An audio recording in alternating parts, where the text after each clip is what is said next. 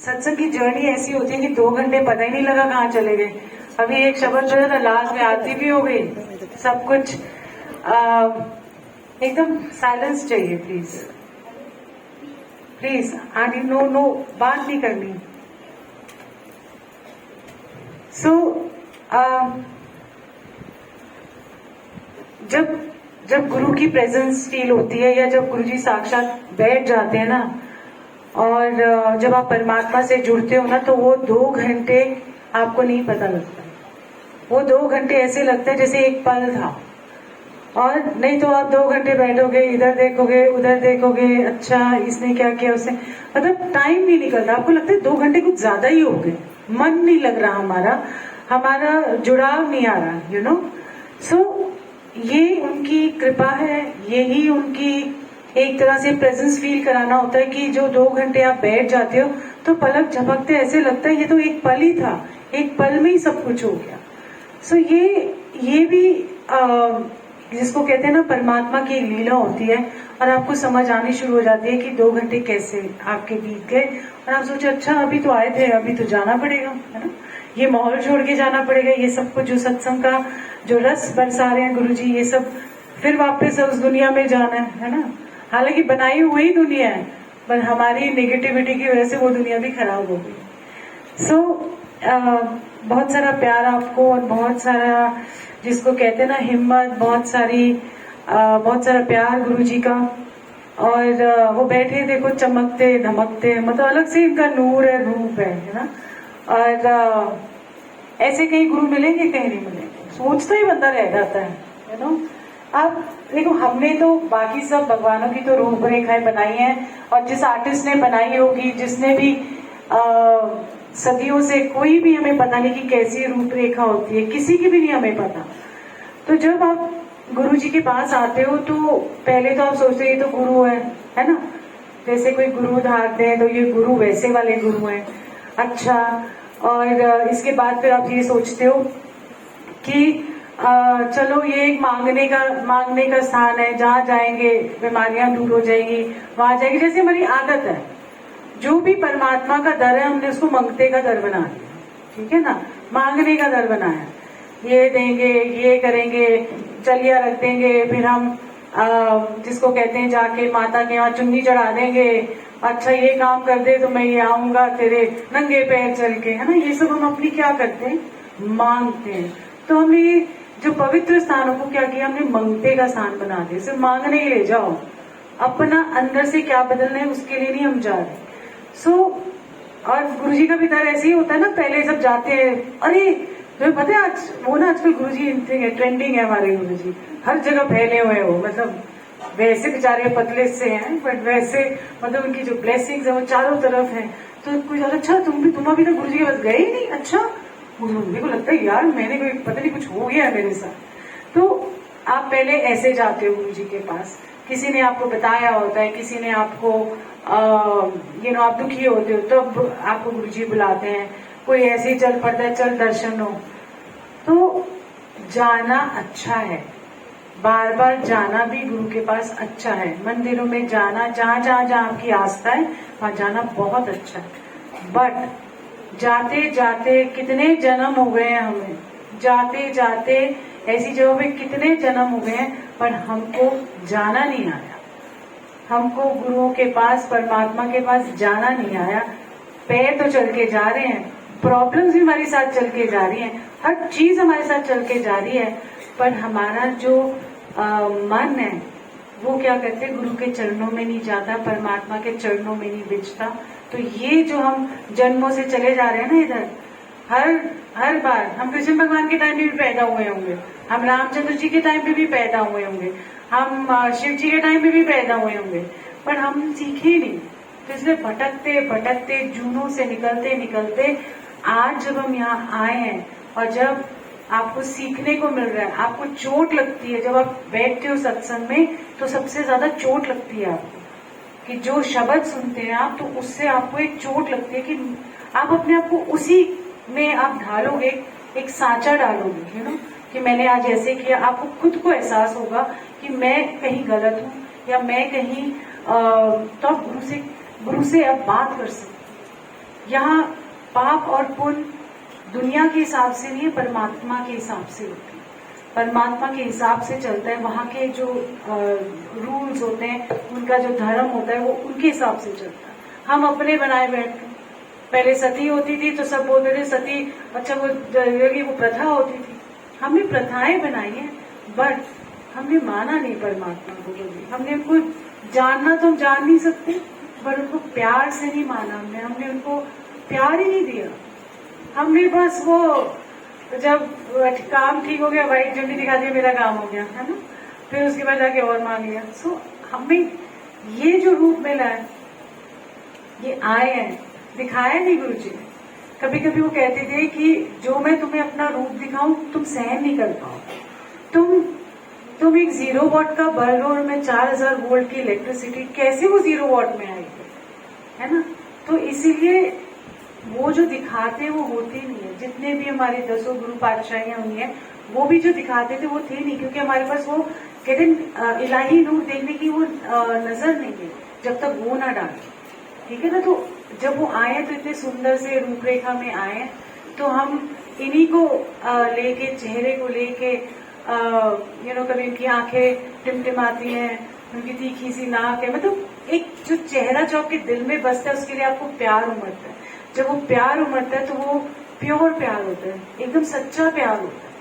तो ये सीखो जब आते हो सत्संगों में। प्रॉब्लम्स तो चलेंगी, बहुत ज्यादा है, ऐसा नहीं कि कोई नहीं। पोटलियां सबकी बड़ी बड़ी है ना। किसी को लगता है यार ये जो सत्संग करी इसकी तो पोटली कोई नहीं होनी है ना। तो मेरी भी बहुत बड़ी है, तो मैं छुपा देती हूँ, दिखाती नहीं, ठीक है। तो सबकी है, ऐसा नहीं है कि हमारी किसी की नहीं है। बट मुझे लगता है कि मेरा ये जन्म सफल हुआ और आपका भी जन्म सफल हुआ कि गुरु हमारी जिंदगी में आए, उन्होंने हमको बुलाया, ये मौके दिए, ये पल दिए।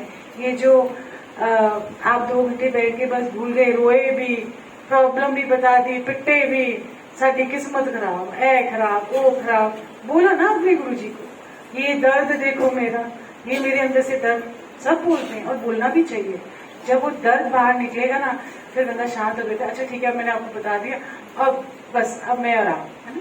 सो ये चीजें निकलनी जरूरी है, क्योंकि जब कोई ना कोई वजह होती है आपके जाने की गुरु के पास। हमारे भी जिसको कहते हैं ना, जर्नी जब शुरू हुई थी तो हम लोग भी ऐसे ही थे। मैं तो कुछ ज्यादा ही वेस्टर्न ख्यालों की, मतलब मेरी सोच इंडियन थी नहीं, आज वैसे कम है, बट ज्यादातर इंडियन ही हो गई, समझ लो इंडिया की सोच की सोच ऐसी हुई। तो गुरुजी ने भी तो बदला ना, सोच बदली, मेरी समझ बदली, एक्सेप्ट करना सिखाया, है ना।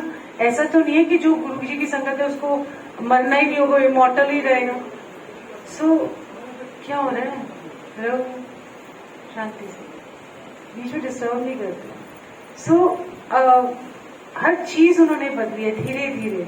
ऐसा नहीं है कि जिंदगी में प्रॉब्लम्स यही बहुत आएंगी, पर वो आगाह कर देते हैं, आपको बता देते हैं, आपको हिम्मत भी पहले देनी शुरू कर देंगे, है ना। आपको सब कुछ तो वो दे रहे हैं, पर हमको दिख नहीं रहा कि वो दे रहे हैं, है ना। हमको तो वो चाहिए, अच्छा ये जो मैंने मांगा था ये मिल गया, ये होता है देना। बाकी जो वो आपको हेल्थ ठीक कर रहे हैं, आपको पता भी नहीं है कि आप कितने लंगर खा खा के जो आज अस्पताल में पड़े, आपको नहीं पता, आपको किसी को नहीं मालूम है। पर मैं ये सोचती हूँ कि आज मैं बैठी हूँ, मेरी सांसें चल रही हैं और मैं लंगर खा पा रही हूँ और मुस्कुरा पा रही हूँ, तो आज मेरा जीवन सफल है। हर चल पा रहा, ये हिलती डुलती मोटो को देखो जरा, ठीक है, इनका नाम ही मैंने हिलती डुलती मोटो रखा हुआ है। सो बस एक छोटा सा सत्संग करूंगी, फिर मैं चाहती हूँ ये सुनाए, क्योंकि ये हैप्पी बर्थडे भी विश करना है इनको। ये देखो क्या कहते हैं, कौन सा गाना है, नूरानी चेहरा काली जुल्फे, अब तो सफेद हो गई है, कोई बात नहीं सुरंग सुनहरा है, नीली आंखें किधर है यार, वो थोड़ी मैं सो बस ये याद रखना है कि जब मैं आपको एक छोटी सी एक सत्संग सुनाऊंगी कि क्या गुरु को पता नहीं होता। जब मैं गुरुजी के पास गई तो हेलीकॉप्टर तो आ गया था हमारा, पर आपको ये नहीं कि उन्होंने वो ब्लेसिंग देके वो ले आए, ठीक है ना, उन्हीं की ब्लेसिंग से, अदरवाइज नामुमकिन था। तो जब आए तो फिर अब गुरुजी को थैंक यू भी किया या जो भी है, तो खिंचाव बढ़ने लगा गुरुजी की तरफ। और मेरा मन होता था कि मैं माला है ना, पता नहीं ऐसी मन में आया, मुझे कुछ नहीं पता कि वहां पर क्या होता है क्या नहीं होता। तो मैंने भी अपना एक गुलाब की माला ले ली और 2 सफेद माला ले ली और गुरुजी के साथ आसन पे बैठने से पहले जल्दी जल्दी भाग भाग के पहुंच जाना। और जब वहां जाना तो वो अंधेरिया मोड़ पे एक फूल वाला रुकता था, तो उससे उसको पता था कि इतने बजे आएगी आसपास, और वो तैयार रखता था, क्योंकि मेरे को लगता था बस उठाऊं पैसे दूं। एक बार ऐसे हुआ कि मेरे पास पैसे ही नहीं थे, मेरे पास सिर्फ 200 रुपए थे। और मैं मन में सोचूं, मैं किसी से मांगू भी ना, मैं क्या करूं, मैंने 200 रुपए, अब अगर मान लो गाड़ी में डीजल भी पता नहीं कितना है, कम था बहुत, तो मैंने कहा चल कोई नहीं। तो वो जो जितने की थी, चलो अब तो गुरुजी 160 रुपीज की आती थी वो पूरी मालाएं, और मैं फिर पहुंची तो मैं 40 रुपए बचे थे। तो क्या गुरु को पता नहीं था, क्या गुरुजी को मालूम नहीं था कि इसके पर्स में कितने पैसे हैं या इसकी तकलीफ क्या है। और फिर वहां जाती थी, मत्था टेकती तो मुझे कहते आगे से उठा रही, मैं कल लोग ये देखो ये बड़ी मोटी सामी है, तो मैं मन में ये सोचती थी, लेकिन 40 रुपए मेरे जेब में पड़े हुए हैं, और मैं मतलब फिर मन में सोचती पता नहीं किस चीज की सिटारी, किस चीज की मेरे को वो बना दिया। और देखो उनके वचन के मायने हम पर्स में रखे हुए पैसे से नहीं है, उनके वचन के कुछ मायने हैं जो हमें समझ में बाद में आते हैं। क्या उनको पता नहीं है कि आपकी जिंदगी में क्या चल रहा है? उनको बहुत पता होता था। फिर लाते लाते कितनी बार तो ऐसे ही होता था मेरे साथ, बस मैं सोची थी किसी तरह से 160 रुपए मेरी जेब में होने चाहिए, तो उसने एक दिन रेट बढ़ा दिया, मैं नहीं दे रही, 160 का फिक्स हुआ, वही देना मैंने। तो ऐसा करते करते कितनी बार ऐसा होता था, क्या गुरु को पता नहीं था? और जब ऐसे होता था, आ गई मोटी सामी आ गई, मैं मन सोचती थी वचन, उनका वचन। आप हो ना बोलोगे गुरुजी मेरे पास तो इतने पैसे, आप मुझे कैसे कह रहे हो?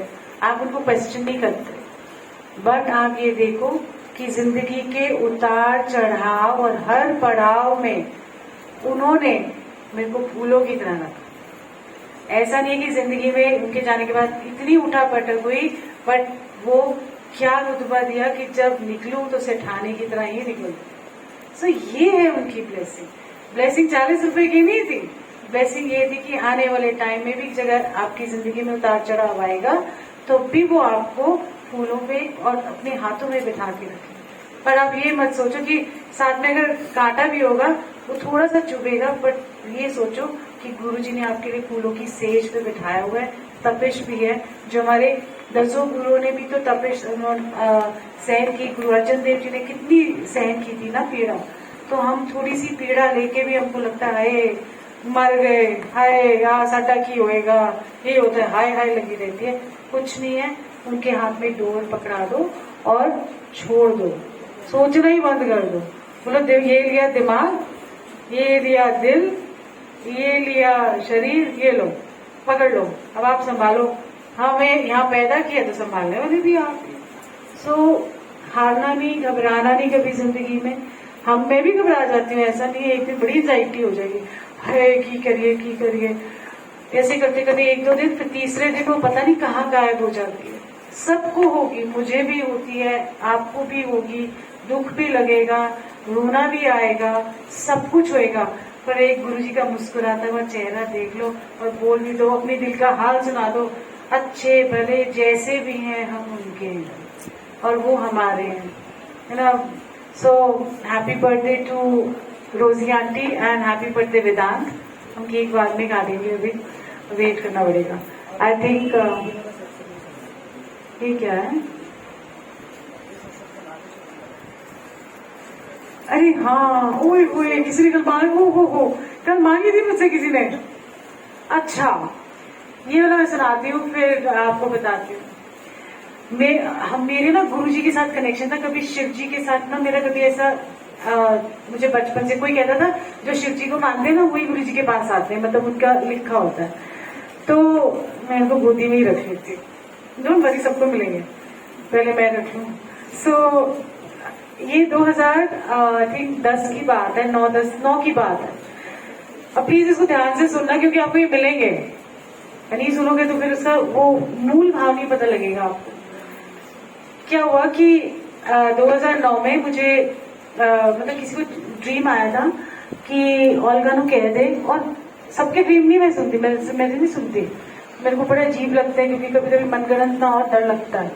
तो वो कहते हैं ओल्गा नु कह दे कि सैटरडे नु आ जाएगी बर्थडे मंदिर, गुरु जी की चोला छोड़ने की बात है, और आ जाना।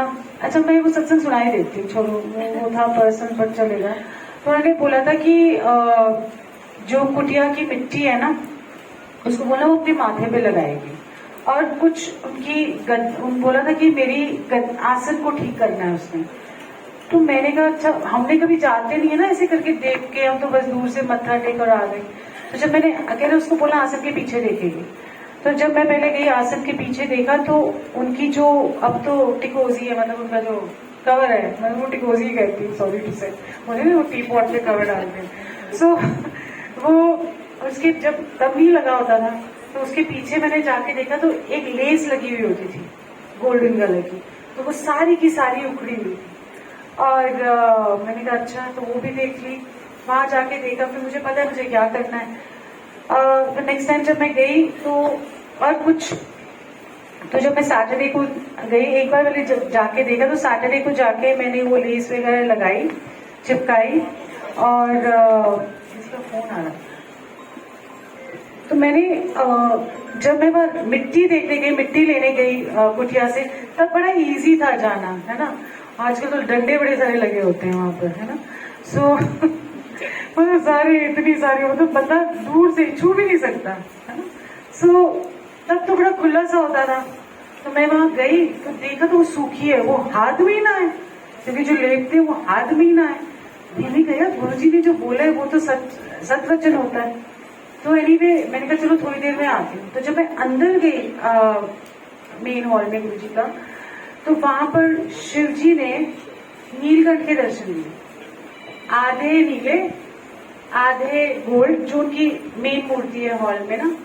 तो और जिसको कहते हैं पूरा नीलकंठ, पूरे जैसे यहाँ जहर होते हैं, और आंखें ऐसे पानी सी आंखें, जैसे वो देख रहे हो आपको। मैं तो, और मेरे मेरे को फोटो खींचने की शौक नहीं था, मैंने गुरुजी की भी कभी फोटो ऐसे नहीं खींची। तो जब मैंने ना, मेरे पास वो N95 नोकिया का फोन होता था, पहले जमाने की बात है, मतलब बुढ़े हो गए अब हम भी। सो पहले जमाने की बात कह रहे हैं, 2009 की। तो जैसे ही मैंने कहा चलिए फोटो ही खींच लेती हूँ। पहली बार लाइफ में मैंने बड़े मंदिर में फोटो खींची, और उसमें अब फोटोशॉप तो कोई हो नहीं सकती, आजकल तो हर चीज फोटोशॉप। ये भी देखो कितने गोरे से बनाए, मुझे शक्ल ही बदल गई मेरे गुरु की। ये देखो ये कितना डिफरेंस है ना गुरु जी में।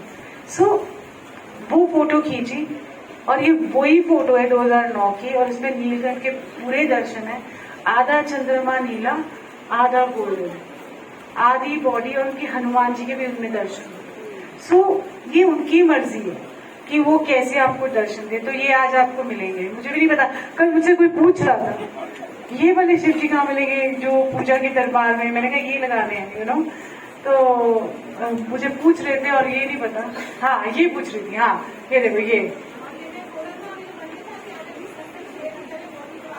चलो हाँ अरदासें करे जाओ और मैं शेयर करती जाऊँ। Very good, very nice. So इस तरीके से हम जुड़े, और आज हम जो ये शब्द बजाते हैं और सीखते हैं, तो डीजे अंकल की वाइफ भी आई है। कहाँ गई आंटी, कितने गए तुसी? पीरे कहाँ बैठे, मुझे दिखाई नहीं दे रहे यार। उनको आगे बिठाओ यार, पीछे एकदम कोने, आगे लेके आओ उनको।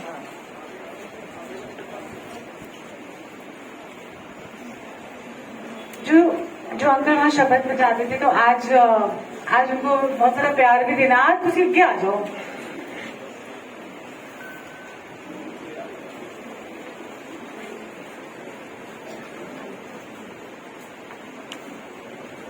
और बस आज एक रोजी आंटी अपना सत्संग शेयर करेंगे। एक तो वो वाला सुना देना कैसे बच्चे हैं आप, जरूर। न्यू लाइफ है आपको। ये हिलती डुलती मोड़ो हेमकुंड साहब पहुंच गई थी। हमसे तो मतलब थोड़ा सा केदारनाथ में भी 4 चीजें, तो सांस ही भूल गई थी मेरी। इनको देखो जरा, हिम्मत देखो। ये तो देने वाले परमात्मा बैठे हुए हैं। तो इनका नाम मैंने ना तब से चलती भी डोल डोल के हैं। तो फिर थोड़ा अच्छा नाम देना चाहिए था ना, तो इनका नाम हिलती डुलती मोटो रख दिया है मैंने, है ना। नीचे नीचे नहीं मतलब पहले सत्संग करके तुसी साडे नाल बैठो, ਇੱਥੇ आओ जी तुसी, चलो जाओ मैं जी आज मैं क्या देखूं, क्या मतलब